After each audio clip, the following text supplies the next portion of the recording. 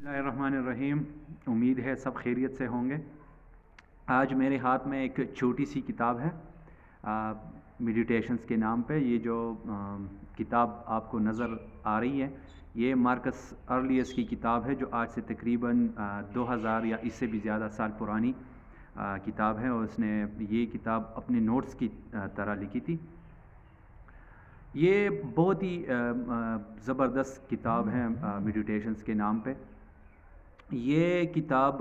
Marcus एर्लियस ने जो लिखी है, ये एक रोमन एम्परर था,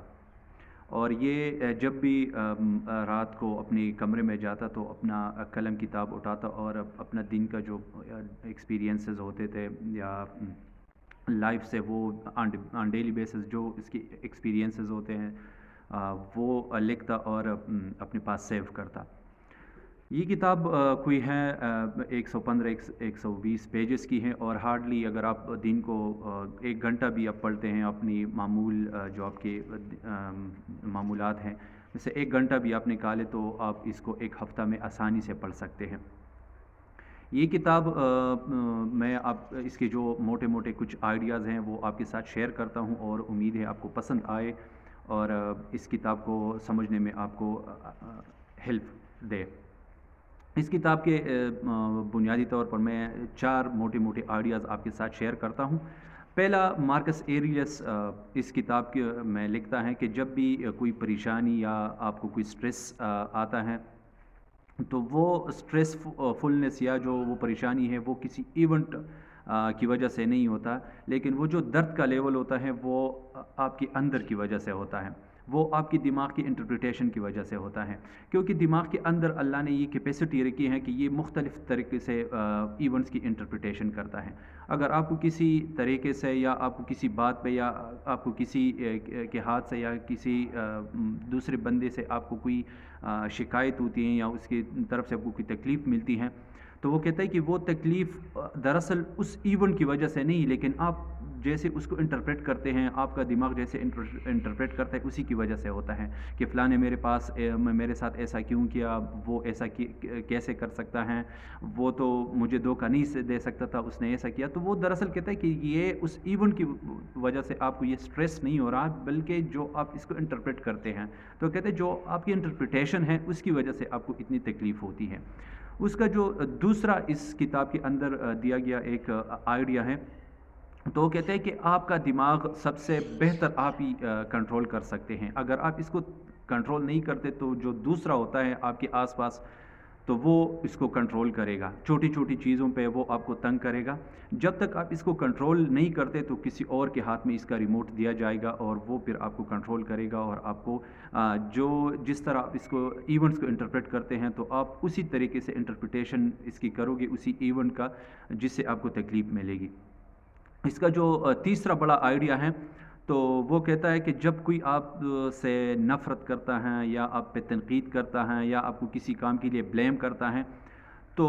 वो कहता है कि बजाय इसकी कि आप भी उस नफ़रत के बदले उससे नफ़रत करो, तो उस बंदे के अंदर झांको, वो देखो कि वो क्यों ऐसा करता है। तो इसकी 2 सूरत हो सकते हैं, या तो वो ठीक है, आप वो जो काम कर रहे हैं वो गलत है, उसको ठीक कर लो। क्योंकि उसका एक आइडिया है, मार्कस एरियस जो इस किताब के अंदर वो लिखता है कि हमेशा करेक्शन के लिए आपको रेडी रहना चाहिए। हर इंसान परफेक्ट नहीं होता। जब भी आपको अपने अंदर कोई गलती फॉल्ट नज़र आए उसको ठीक कर लो, या कोई आपको पिन पॉइंट कर ले कि आपके अंदर ये खामी है, ये कमी है, तो उसको फ़ौरन से पहले ठीक कर लो। एक तो ये सूरत है कि आपके अंदर है कोई कमी, तो उसको ठीक कर लो। अगर नहीं है तो फिर देखो कि यार वो जो बंदा आपको क्रिटिसाइज़ कर रहा है, आपको ब्लेम कर रहा है या आपसे नफ़रत करता है, तो वो क्यों करता है उसको देखो। या तो वो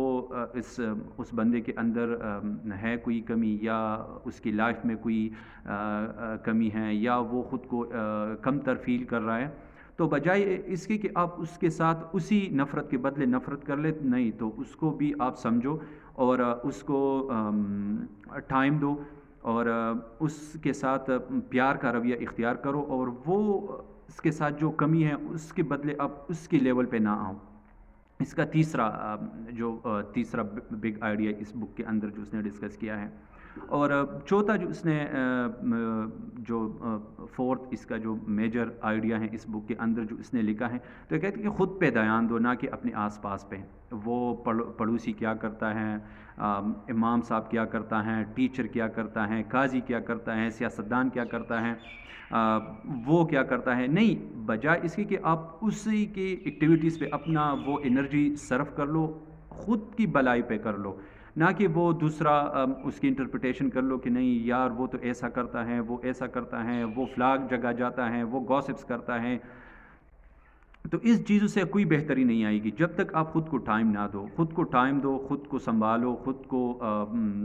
اچھی طریقے سے مینیج کر لو. اپنا ٹائم آپ اپنی کسی بہتر ایکٹیویٹیز پہ آپ صرف کر سکتے ہیں، نہ کہ کسی اور پہ آپ دھیان دیں کہ نہیں وہ تو ایسا کر رہی ہے، وہ ایسا کر رہا ہے. یہ بیسک اس کی وہ فور اس کی جو بگ آئیڈیاز ہے اس کی کتاب کے اندر جو اس نے لکھی ہے. وہ اس کے علاوہ وہ کچھ پریکٹسز کرتا تھا، یہ جو رائٹر ہے بک کا، اور وہ پریکٹسز کا وہ اس کتاب کے اندر ذکر کرتا ہے. اور وہ کہتا ہے کہ یار ہر انسان کا کوئی نہ کوئی ایک آئیڈیل پرسن ہوتا ہے، اور جب بھی آپ کو کوئی اسٹریسفل ایونٹ ہو تو اس آئیڈیل پرسن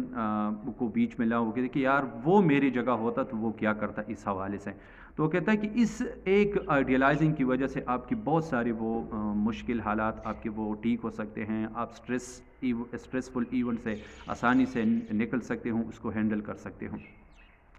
وہ ضروری نہیں کہ آپ کو کوئی ایکسٹرنل کوئی دوسرا بندہ، وہ خود بھی کسی کے لیے وہ آئیڈیل پرسن ہو. تیسرا جو دوسرا جو اس کا پریکٹس تھا وہ یہ تھا کہ دنیا کو بڑی نظر سے دیکھو. دنیا میں آپ سے چھوٹے مطلب کمتر لوگ بھی ہیں، آپ سے سپیریئر بھی ہیں، آپ سے مطلب دنیا میں مطلب جو آج کی حساب سے ہم لیں تو 7 بلین کی آبادی ہے دنیا میں. تو اس کو آپ اپنی مطلب چھوٹی نہ کرو، اس کو بڑی نظر سے دیکھ لو. اس میں آپ سے لوگ ہیں جو آپ سے مطلب زیادہ اس نے محنت کی ہیں، اسٹل جاب لیس ہیں، آپ سے ان کے ساتھ زیادہ ڈگریاں ہیں، ان کے پاس کوئی وہ مطلب وہ زیادہ اچیومنٹس نہیں ہیں. مطلب لوگ ہیں دنیا میں جو